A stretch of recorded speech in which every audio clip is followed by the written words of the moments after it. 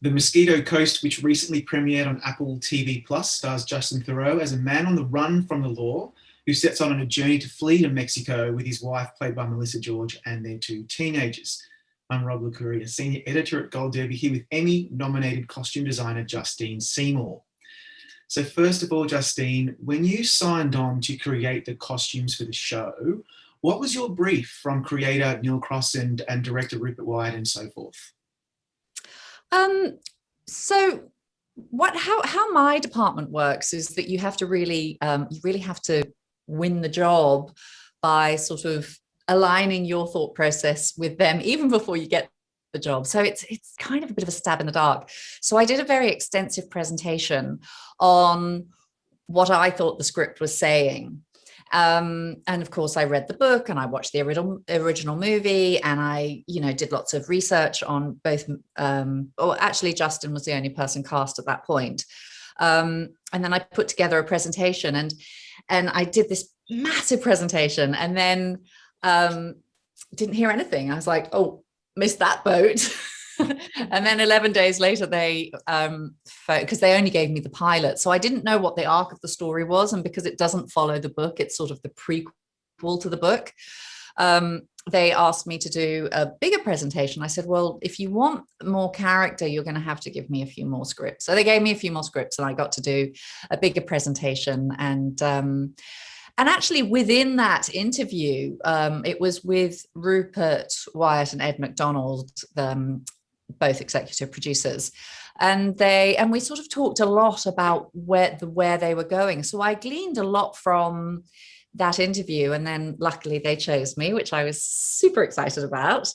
And then of course it goes into the nitty-gritty once the person's what the characters are cast, and once the actors come on board, you get to sort of work with them as well. And when you're working with that caliber, those actors have quite a lot to say about how they look. But basically, I really wanted to follow the idea that they were very, they were pretty poor, and but very ingenious about finding ways to have what they wanted or needed, and using the dump a lot or secondhand clothing. And I really wanted to include that definitely in the first portion of the 1, 2, and 3. I mean, once they're dressed on the run, they're in that costume for two whole episodes. So I had to think about that quite carefully, what they're going to look like as they're walking across the desert. And we just talked a lot about making sure they didn't look fashiony, and that they looked real, and that it was a character piece and not a very beautiful design piece. And so all the wardrobe had to be very broken down and look really old, but well looked after. And I don't know if you noticed, but in the first scene where they're looking at the ice machine, I've of course it's a new sweater, but I pulled it to pieces, and we put like patches, very nicely sewn patches on the elbows and things like that, to make it look like Justin was looking after the few things he had. Yeah. Ali Fox was looking after the. See, those nuances, to the untrained eye, we don't recognize them, but we do subliminally, because it puts us into the moment of what the characters are doing. And it's that I think makes contemporary costume designing one of the most challenging crafts in bringing a show like this to life. Because you're not just designing beautiful big bonnets and dresses, you are supporting the story in very nuanced ways. And I'm just wondering if you could talk to that, because I don't think a lot of people quite understand how difficult it can be in your role. Look, I sometimes don't understand how difficult the job is going to be.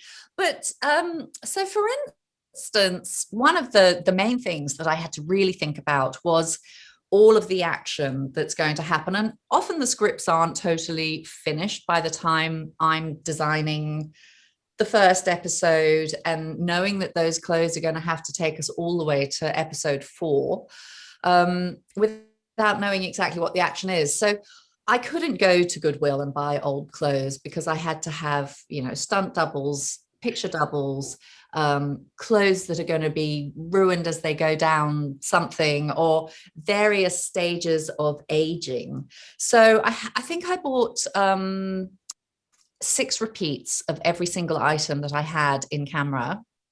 And then my ager dyer took them and sort of dipped them down, and then we had a progression of dirtiness to take us through, because you notice as they get out of the car, they're still clean, and then by the time they arrive at the hacienda, they are just filthy with dust and sweat. And so that's something that an untrained eye they would clock it, that yes, they've gone on this journey, but they probably wouldn't know how we've done that. So that's how we do it. We have a lot of the same item, which is actually sometimes hard to find 6 pieces of the same item if it's kind of a cooler item in the same size. And so, for instance, with Margot's dress at the dinner party, I couldn't find them all the right size, and I needed, again, a picture double. I needed a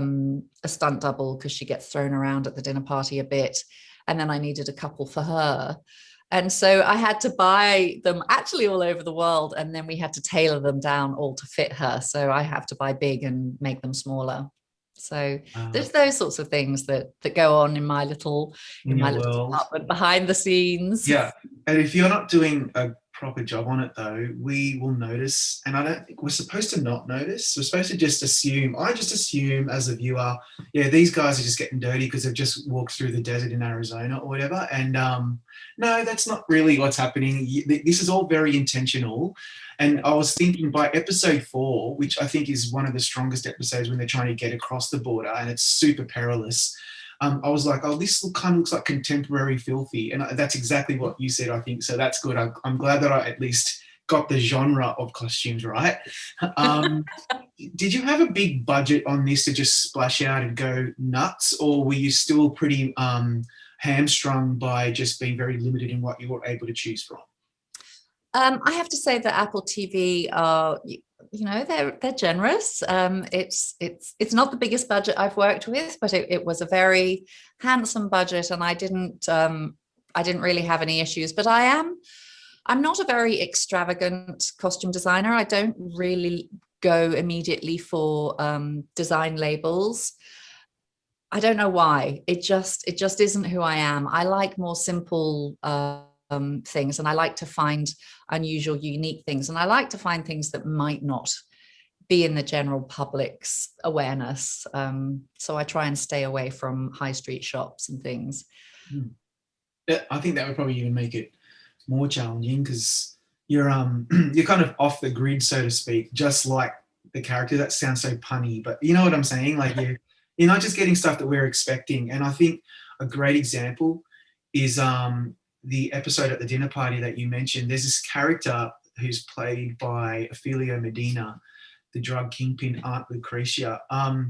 First of all, she's super terrifying, and that's because of her performance. But I think the costumes really empower her, and that's something that contemporary costumes can do quite effectively, is empower a character. Could you talk us through that, what you were aiming for in getting that character's look right? Yes, well, she actually, when we first started talking, Rupert and I talked about Aunt Lucretia, or we called her the matriarch at the time. We talked about her being much more down and much more kind of gritty and wrinkly. And we had a beautiful reference of all these this woman with many rings on her fingers and a hat on, and crazy wrinkles, like she'd been smoking cigars all her life. She was a fantastic reference for us. But then when they cast Ophelia, who's an incredibly elegant actress, and she just walks into the room and she owns it, and she sort of moves like a dancer, she just didn't really fit with that original idea.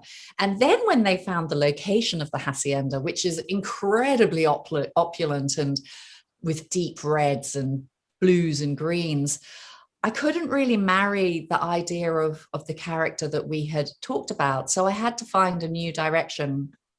And and that's when I went into that world of sort of a little bit over the top opulent, as the house is. And she sort of, I went shopping for her and I bought lots of stuff, and when I met her and I started trying things on, I could see what she was finding. We just found the character together, and the more sort of cinched and dynamic, the better it was for her. So we played a lot with it, and I ended up actually making the dress for the dinner party, because I couldn't find anything that had that sort of Hispanic sexiness for an older lady, and I really wanted it to have lace and red involved in it, and black, and with her walking stick and with her fox fur around her. So so we ended up building that dress for her, which of course she loved because it fit her like a glove. And then we had these gloves. There was actually a different part of the story that didn't make it through, but we were the gloves were part of an old idea that didn't really come to fruition.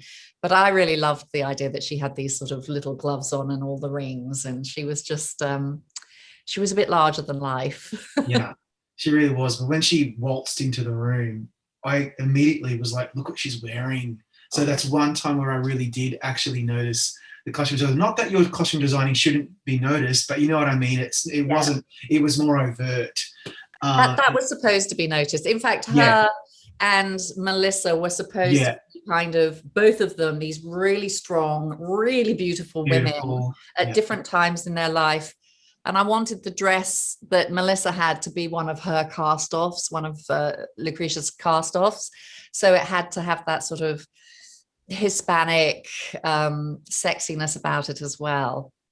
Yeah, and because, without any spoilers, Melissa George's character, Margot, something snaps in her and she kind of, her real personality comes out at that dinner table. And I think it was very appropriate for her to be wearing that dress as well. We weren't expecting it. And so that the whole thing was so unexpected. And I think that should have been intentional from your perspective, and it looks like it was. So. Well, Margot's she's a much more complex character than meets the eye. But having said that, I will say no more. No, I think we'll just leave it at that. Okay. You know, when I was watching the Academy Awards last month or whenever it was, and the costume design category came up, and Anne Roth, the winner, mentioned that she thinks about what the people are doing after what are they doing with their costumes when they go to bed at night? Do they put them on a chair and so forth? Do you go through that process as well as a costume designer when you're thinking about functionality and utility? Oh, totally. And I think a lot of, not necessarily about what they do when they take them off. That's a new one. But I think a lot about their sort of basic psychology. I think about if they're extrovert or introvert, whether they're being challenged within that scene. And the narrative of the story is incredibly important for it to work visually, but also to support their own deep inner character. And so when we have Dina, the young girl who, when we first meet her in her bedroom, is she under the sheets when we first meet her? Or, she's chatting to her boyfriend on the telephone, which is forbidden. I just wanted her to look really simple. And then when she goes on the run, I wanted her to be really layered up, because she is kind of protecting herself about things she doesn't understand. And so I really played into it with that, less so what she's going to do when she takes her clothes off at night, but more how she wants the world to see her and perceive her, or not notice her in her case, actually. Yeah. Just wanted to blend in. So does it also then factor when you're designing how they're going to move in the space? So we're thinking about utility for the character, functionality for the actor, but also aesthetic for the audience. So you're balancing three things. Do you find that extremely challenging, or are you used to it now because you've been doing it for such a long time? Like how does that work?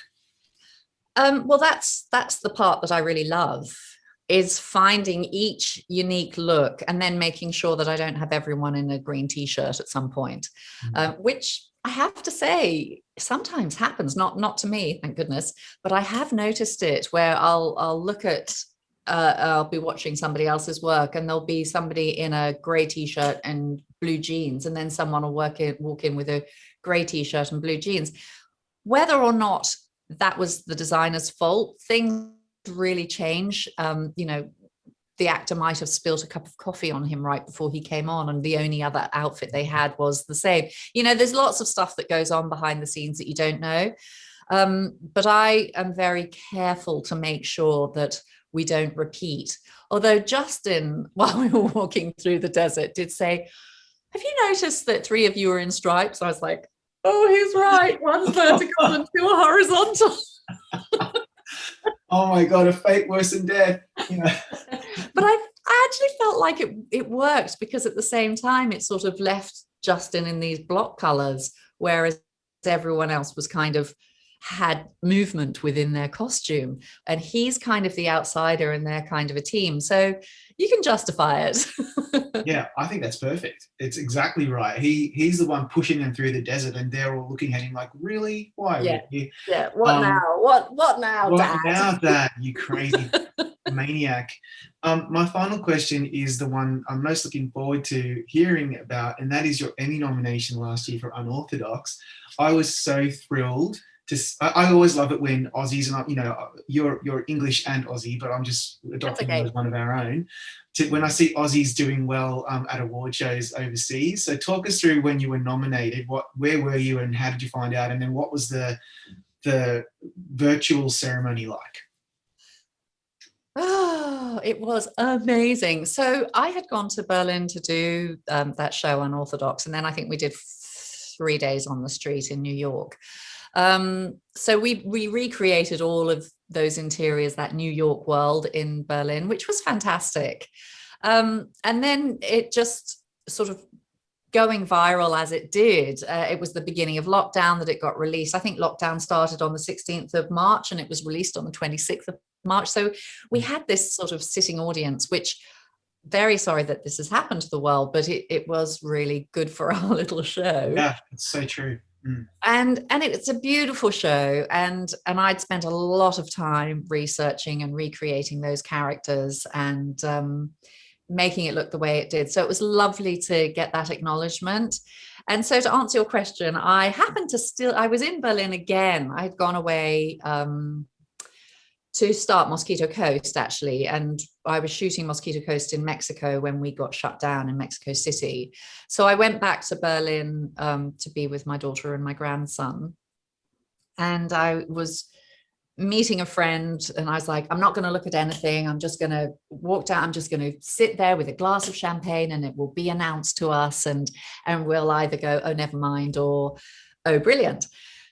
So I was walking down the street to this lovely little, when we still were allowed outside to drink, you know, as Berlin does those fantastic cafes on the street so well. And my phone just went bajingos. Yeah. My agent called me, this called me, that. I was like, and I was like, oh, I think I might have got nominated. Oh. And so I sat down. I was like, I'm not going to look at my phone until I'm sitting down. And then my friend walked up and she went, you got nominated. So that's how I found out. That's cool. I love that, because sometimes you're like, if you're in Australia, it happens in the middle of the night, and you're just like, you know, at least you got to kind of experience it as it was happening, so to speak. So that's pretty cool. Yeah. And look, you know, you never know what's going to happen for Mosquito Coast and also for other future projects. So I really want to congratulate you on a great season 1 of the show, and thanks for your time today, Justine. I really appreciate your time. Thank you so much. It was a pleasure talking to you. And I love that we're both wearing the same outfit, by the way. I know. I was actually going to say earlier, I was like, oh, shit. I wish you had told me.